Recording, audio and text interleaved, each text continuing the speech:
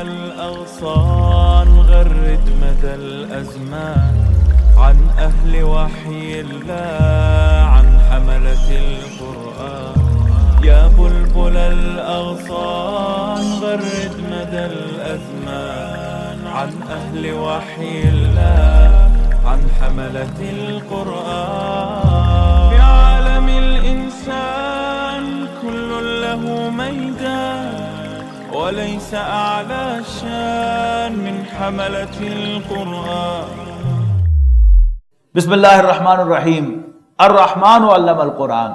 اللہ، یہ رحمان جو ہے اس کے دو مفہوم ذہن میں رکھیے گا کہ عربی زبان میں رحمان کے معنی بنتے ہیں انتہائی مہربان، جس کی رحمت ٹھاٹھے مارتے ہوئے سمندر کی طرح ہو. یعنی اللہ تعالیٰ نے اپنا تعارف کرایا ہے کہ رحمان الدنیا و رحیم الآخرہ، دونوں رحمت سے ہیں.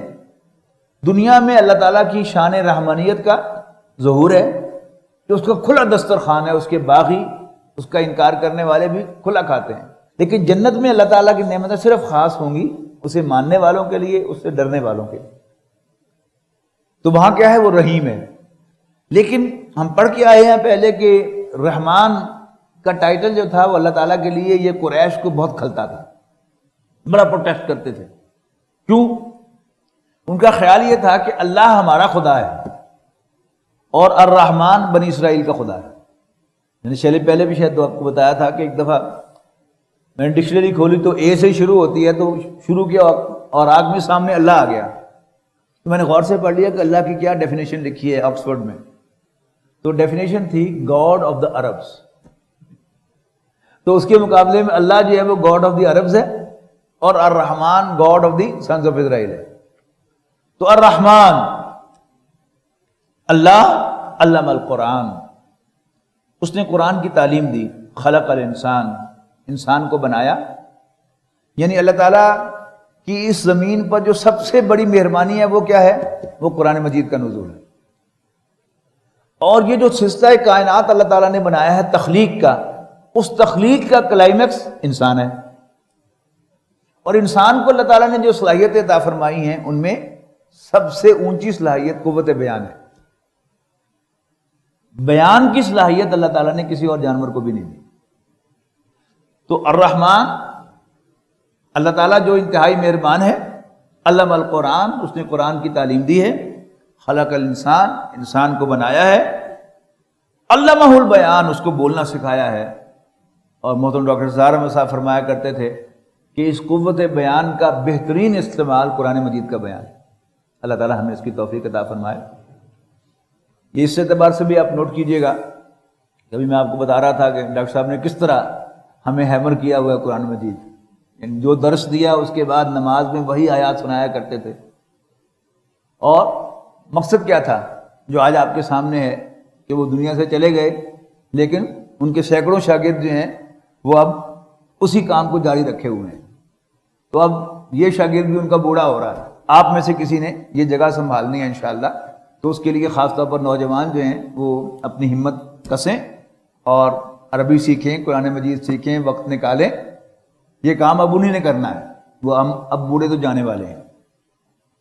الشمس والقمر بحسبان، سورج اور چاند پابند ہیں ایک حساب کے. والنجم والشجر یسجدان، اور جھاڑیاں اور درخت اسی کو سجدہ کر رہے ہیں. والسماء رفعها ووضع المیزان، اور اس نے آسمان کو بلند کیا اور ترازو قائم کی. اللہ تطغوا فی المیزان، کہ ترازو میں ناپ تول میں زیادتی نہ کرو. وَأَقِیمُوا الْوَزْنَ بِالْقِسْطِ، اور ٹھیک ٹھیک تولو عدل کے ساتھ. وَلَا تُخْسِرُوا الْمِیزَان، اور تولتے وقت کمی نہ کرو، ڈنڈی نہ مارو. وَالْأَرْضَ وَضَعَهَا لِلْأَنَامِ، اور زمین کو اس نے بنایا مخلوقات کے لیے. فِيهَا فَاكِهَةٌ، اس میں لذیذ پھل ہیں. وَالنَّخْلُ، اور کھجور کے درخت ہیں. ذات الاقمام، جن کے پھل غلافوں میں لپٹے ہوئے ہیں. والحب ذو العصف والریحان، اسی طرح غلے جن میں بھوسا بھی ہوتا ہے اور دانہ بھی. بار بار مجھے خیال آتا ہے کہ شہر میں پلنے والے نوجوان پتہ نہیں ان کو پتہ بھی ہے کہ نہیں کہ یہ توڑی کہاں سے آتی ہے. اس کا ذکر ہو رہا ہے کہ اناج کہ جس میں بھوسا بھی ہوتا ہے، توڑی بھی ہوتی ہے اور دانے بھی ہوتے ہیں. فَبِأَيِّ آلَاءِ رَبِّكُمَا تُكَذِّبَانِ، تو اے جنوں اور انسانوں تم اپنے رب کی کون کون سی نعمت کو جھٹلاؤ گے. خلق الانسان، اللہ تعالیٰ نے انسان کو بنایا من صلصال کالفخار، ٹھیکری جیسے سوکھے سڑے ہوئے گارے سے. وخلق الجان من مارج من نار، اور اس نے جنوں کو پیدا کیا آگ کی لپٹ سے، یعنی شعلے کا بھی جو انویزیبل پارٹ ہے اس سے اللہ تعالیٰ نے جنوں کو پیدا کیا. فَبِأَيِّ آلَاءِ رَبِّكُمَا تُكَذِّبَانِ، تو تم دونوں اپنے رب کی کون کون سی نعمت کو جھٹلاؤ گے، کون کون سی نشانی کو جھٹلاؤ گے.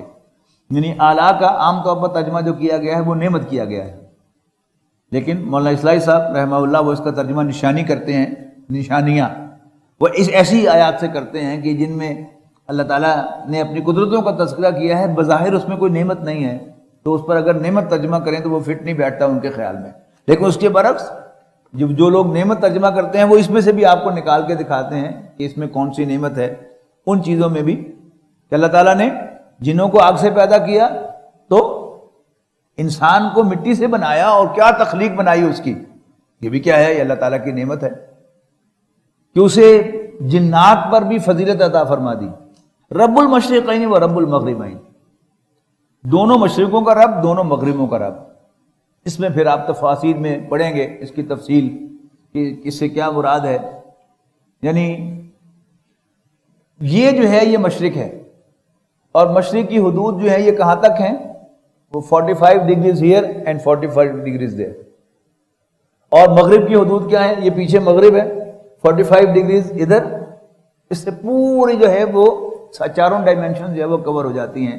تو 2 مشرق ہیں اور 2 مغرب ہیں، یعنی اس درمیان میں سے اس کے ادھر بھی مشرق ہے، ادھر بھی مشرق ہے، اور ادھر اس کے ادھر بھی مغرب ہے، ادھر بھی مغرب ہے. تو دونوں مشرقوں دونوں مغربوں کا رب. اس میں محاورے کی باتیں ہوتی ہیں، اس میں کوئی ایسی چیز نہیں ہوتی کہ جس میں کوئی پی ایچ ڈی کرنے کے لیے کوئی ریسرچ کا موضوع کو بنا لے، یہ کوئی ایسی چیز نہیں ہے. رب المشرقین و رب المغربین. فَبِأَيِّ آلَاءِ رَبِّكُمَا تُكَذِّبَانِ مَرَجَ الْبَحْرَيْنِ يَلْتَقِيَانِ، اور رواں کیے ہیں اس نے 2 دریا آپس میں، یعنی یلتقیان ملے ہوئے، بینہما برزخ لا یبغیان، اور ان کے درمیان ایک اوٹ ہے کہ وہ ایک دوسرے پر چڑھ نہیں سکتے. یہ کیا ہے، ٹھنڈے پانی کا سمندر، گرم پانی کا سمندر، میٹھے پانی کا سمندر، نمکین پانی کا سمندر. یعنی اس میں کوئی ایسی چیز نہیں ہے، یعنی جہاز کشتیاں وہ کراس کر کے گزر رہے ہیں، لیکن پانی آپس میں نہیں مل سکتا. جبکہ آپ اس پانی کے اندر ایک قطرہ جو ہے وہ سیاہی کا ڈال دیں، شیشے کا گلاس ہے نا، تو آپ کو نظر آئے گا کہ کس طرح وہ ایک قطرہ جو ہے وہ پورے پانی کے اندر جو ہے وہ مل جاتا ہے، اور کچھ دیر کے بعد وہ سارا کا سارا جب ایک رنگ کا ہو جاتا ہے. لیکن وہاں اللہ تعالیٰ کی نشانی کیا ہے، عین سمندر کے اندر، کہ وہ جو 2 روئے ہیں پانی کی وہ آپس میں ملنے نہیں پاتی. اس کو کون بچائے ہوئے، یہ اللہ تعالیٰ کی نشانی کے طور پر بیان کیا جا رہا ہے. فَبِأَيِّ آلَاءِ رَبِّكُمَا تُكَذِّبَانِ، تو اے جنوں انس تم اپنے رب کی کون کون سی نعمت کو جھٹلاؤ گے. یخرج منہما اللؤلؤ والمرجان، ان دونوں میں سے موتی بھی نکلتے ہیں اور مونگے بھی. فَبِأَيِّ آلَاءِ رَبِّكُمَا تُكَذِّبَانِ، اور ہم پہلے پڑھ کے آئے ہیں کہ دونوں میں سے تم تازہ گوشت کھاتے ہو، یعنی مچھلی جو ہے وہ میٹھے پانی کی ہو یا وہ کڑوے پانی کی ہو، وہ دونوں مزیدار ہیں. تو یہ بھی کیا ہے، اللہ تعالیٰ کی نشانی ہے. فَبِأَيِّ آلَاءِ رَبِّكُمَا تُكَذِّبَانِ وَلَهُ الْجَوَارِ الْمُنشَآتُ فِي الْبَحْرِ كَالْأَعْلَامِ، اور اسی کے ہیں یہ جہاز جو اونچے اٹھے ہوئے ہیں سمندر میں پہاڑوں کی مانند. فَبِأَيِّ آلَاءِ رَبِّكُمَا تُكَذِّبَانِ، تو تم اپنے رب کی کون کون سی نعمت کو جھٹلاؤ گے. كُلُّ مَنْ عَلَيْهَا فَانٍ، ہر چیز جو زمین پر ہے فنا ہو جانے والی ہے. وَيَبْقَى وَجْهُ رَبِّكَ ذُو الْجَلَالِ وَالْإِكْرَامِ، اور باقی رہے گی ذات تیرے رب کی جو عظمت و انعام والا ہے. فَبِأَيِّ آلَاءِ رَبِّكُمَا تُكَذِّبَانِ، تو تم اپنے رب کی کون کون سی نعمت کو جھٹلاؤ گے. يَسْأَلُهُ مَنْ فِي السَّمَاوَاتِ وَالْأَرْضِ كُلَّ يَوْمٍ هُوَ فِي شَانٍ، آسمانوں اور زمین میں جو بھی ہے وہ اسی سے مانگتا ہے. كُلَّ يَوْمٍ هُوَ فِي شَانٍ، ہر روز اس کی نئی آن بان ہوتی ہے. فَبِأَيِّ آلَاءِ رَبِّكُمَا تُكَذِّبَانِ سَنَفْرُغُ لَكُمْ أَيُّهَا الثَّقَلَانِ، ان قریب فارغ ہوئے جاتے ہیں ہم تمہارا حساب لینے کے لیے، اے زمین کے دو بوجھوں، یعنی انسان اور جن، یہی اکاؤنٹیبل مخلوقات ہیں دونوں. فَبِأَيِّ آلَاءِ رَبِّكُمَا تُكَذِّبَانِ یا معشر الجن والانس ان استطعتم ان تنفذوا من اقطار السماوات والارض فانفذوا. اے گروہ جن و انس، اگر تم میں طاقت ہے تو نکل بھاگو آسمان اور زمین کی سرحدوں سے. نکل سکتے ہو تو نکل بھاگو. لا تنفذون الا بسلطان، تم نہیں بھاگ سکتے مگر اس کے لیے کوئی زور چاہیے جو تمہارے پاس نہیں ہے. فَبِأَيِّ آلَاءِ رَبِّكُمَا تُكَذِّبَانِ يُرْسَلُ عَلَيْكُمَا شُوَاظٌ مِّن نَارٍ، چھوڑا جائے گا تم پر شعلہ آگ کا، وَنُحَاسٌ اور دھواں، فَلَا تَنتَصِرَانِ پھر تم اس کا مقابلہ نہ کر سکو گے. فَبِأَيِّ آلَاءِ رَبِّكُمَا تُكَذِّبَانِ فَإِذَا انشَقَّتِ السَّمَاءُ فَكَانَتْ وَرْدَةً كَالدِّهَانِ پھر جب پھٹے گا آسمان تو ہو جائے گا وہ سرخ جیسے تیل کی تلچھٹ، کسی نے ترجمہ کیا ہے لال چمڑے کی طرح. فَبِأَيِّ آلَاءِ رَبِّكُمَا تُكَذِّبَانِ تو تم اپنے رب کی کون کون سی نعمت کو جھٹلاؤ گے. فَيَوْمَئِذٍ لَا يُسْأَلُ عَنْ ذَنبِهِ إِنسٌ وَلَا جَانٌ پھر اس دن نہیں پوچھا جائے گا اس کے گناہوں کے بارے میں کسی جن اور انسان کو، یعنی اس کا اعمال نامہ وہ سامنے رکھا جائے گا اس کے کہ یہ تمہاری کرتوتیں ہیں، اس سے نہیں پوچھا جائے گا کہ تم کیا کرتے رہے ہو.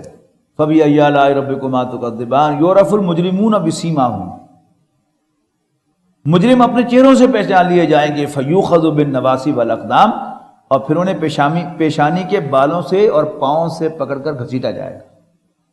فَبِأَيِّ آلَاءِ رَبِّكُمَا تُكَذِّبَانِ هَٰذِهِ جَهَنَّمُ الَّتِي يُكَذِّبُ بِهَا الْمُجْرِمُونَ یہ وہ جہنم ہے جس کو مجرم جھٹلایا کرتے تھے. يَطُوفُونَ بَيْنَهَا وَبَيْنَ حَمِيمٍ آن اور وہ چکر لگاتے رہیں گے آگ اور کھولتے ہوئے پانی کے درمیان، یعنی جلیں گے، پیاس لگے گی، پانی مانگیں گے، کھولتا ہوا پانی پینے کو دیا جائے گا، پھر وہاں سے بھاگیں گے، پھر پیاس لگے گی، پھر جائیں گے تو اسی کے اندر وہ چکر لگا رہے ہوں گے. اللہ تعالیٰ ہمیں اس سے محفوظ رکھے.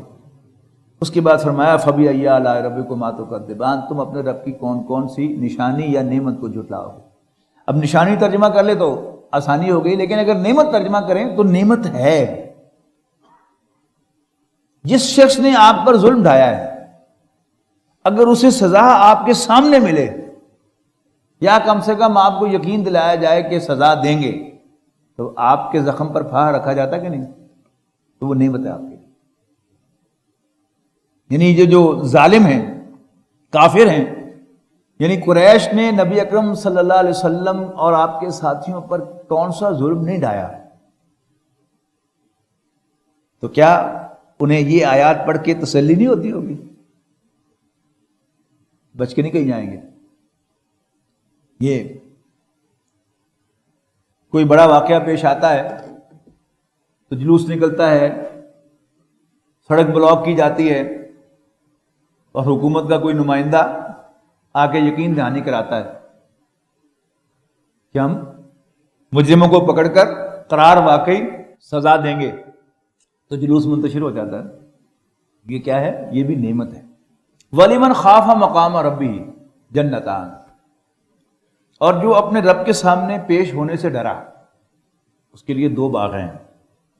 فَبِأَيِّ آلَاءِ رَبِّكُمَا تُكَذِّبَانِ ذَوَاتَا أَفْنَانٍ بھرپور ہری بھری ڈالیوں والی جنتیں. فَبِأَيِّ آلَاءِ رَبِّكُمَا تُكَذِّبَانِ فِيهِمَا عَيْنَانِ تَجْرِيَانِ ان دونوں جنتوں میں، دونوں باغات میں دو دو چشمے ہوں گے. فَبِأَيِّ آلَاءِ رَبِّكُمَا تُكَذِّبَانِ فِيهِمَا مِن كُلِّ فَاكِهَةٍ زَوْجَانِ اور دونوں جنت میں ہر قسم کے لذیذ پھلوں کی دو دو قسمیں ہوں گی. فَبِأَيِّ آلَاءِ رَبِّكُمَا تُكَذِّبَانِ مُتَّكِئِينَ عَلَىٰ فُرُشٍ بَطَائِنُهَا وہ بیٹھے ہوں گے تکیے لگا کر ایسے فرشوں پر جن کے استر بَطَائِنُهَا مِنْ اسْتَبْرَقٍ موٹے ریشم کے ہوں گے. وَجَنَى الْجَنَّتَيْنِ دَانٍ اور پھل دونوں باغوں کے جھکے پڑے ہوں گے. پتہ نہیں آپ کو کبھی اتفاق ہوا یا نہیں ہوا کہ کبھی آپ درخت سے خود پھل توڑ کر کھائیں تو آپ کو اندازہ ہوگا کہ یہ جو پھل ہم بازار سے کتنا ہی مہنگا خریدیں اس کے اور اس کے ذائقوں میں زمین آسمان کا فرق ہے. تازہ پھل تو اس کو یعنی یوں بیان کیا جا رہا ہے کہ شاخیں جھکی ہوں گی کہ وہ خود اپنے ہاتھ سے پھل توڑ کر کھائیں گے. اللہ تعالیٰ ہمیں نصیب کرے۔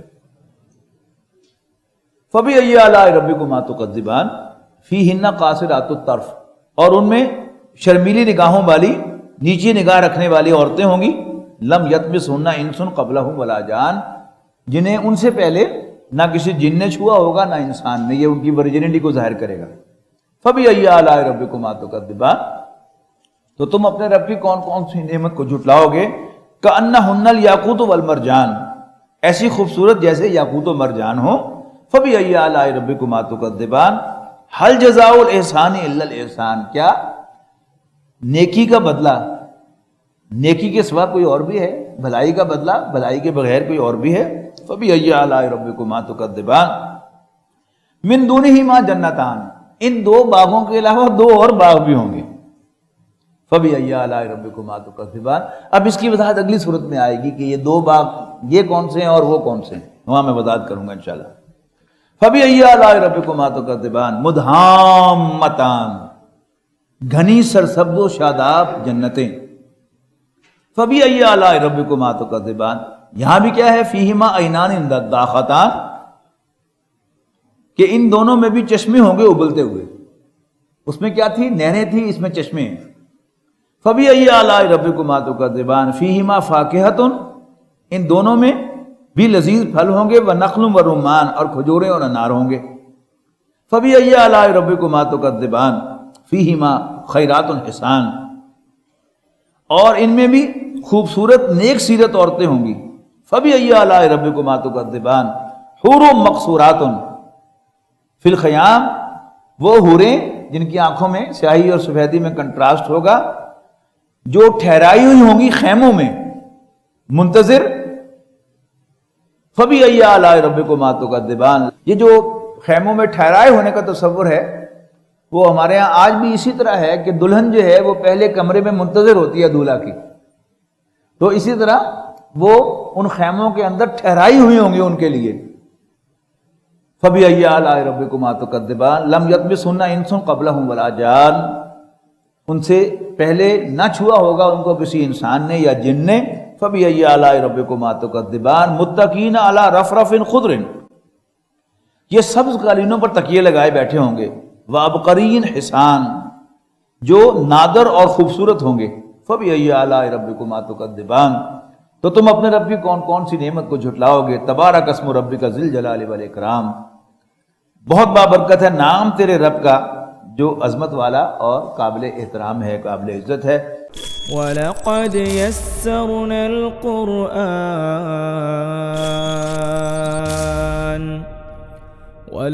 يَسَّرْنَا الْقُرْآنَ لِلذِّكْرِ فَهَلْ مِن مُّدَّكِرٍ